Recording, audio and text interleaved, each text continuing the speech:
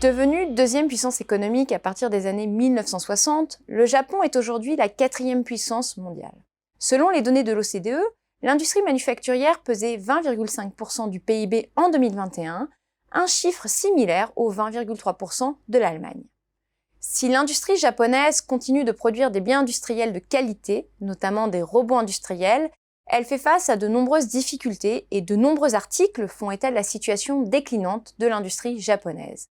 Malgré cela, l'industrie reste un moteur central de l'économie du pays.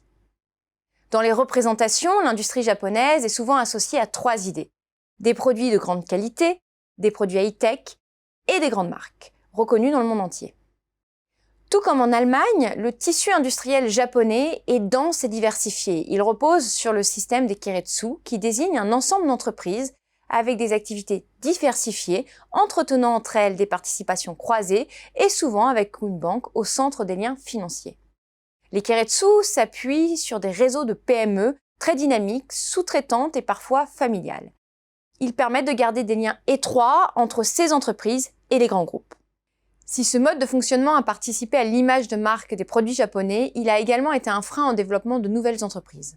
Le Japon, comme l'Europe, n'a pas fait émerger d'entreprises capables de rivaliser avec les GAFAM aux États-Unis et les BATX en Chine dans le domaine du numérique.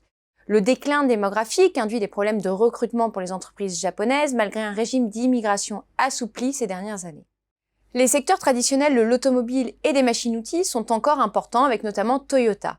Le pays est également un acteur majeur dans la production de composants électroniques. Il a par ailleurs pris des mesures pour soutenir son industrie des semi-conducteurs, avec notamment la nationalisation de JSR en 2023, qui est le premier producteur mondial des résines photosensibles qui sont indispensables à la gravure par lithographie des semi-conducteurs.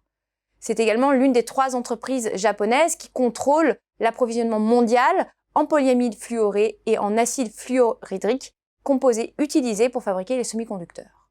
En outre, en avril 2023, le gouvernement japonais a promis 532 millions de dollars pour des projets de développement et de fabrication de puces de dernière génération dans le pays. TSMC a également annoncé des investissements pour mettre en place une deuxième usine de fabrication de semi-conducteurs au Japon. La qualité est un élément central et différenciant du système de production japonais, plus connu sous le nom de toyotisme.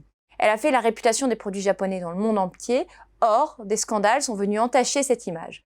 Par exemple, des entreprises du secteur automobile comme Mazda, Nissan et Toyota ont été accusées d'avoir falsifié des tests de consommation d'essence et de pollution.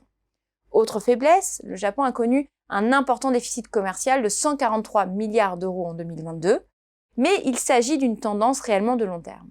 Entre 2011 et 2022, le Japon a accumulé un déficit commercial total de 500 milliards d'euros, contre un excédent de 610 milliards entre 2000 et 2010. Cette situation s'explique notamment par la forte dépendance du pays aux importations énergétiques et à la forte dépréciation du yen. Bien que l'industrie reste centrale au Japon, les défis sont nombreux. Conserver des industries de pointe en prévenant les délocalisations, notamment en raison de l'augmentation des droits de douane aux États-Unis, un pays vieillissant avec des problèmes récurrents de recrutement, ou encore la confrontation au tassement de la demande externe.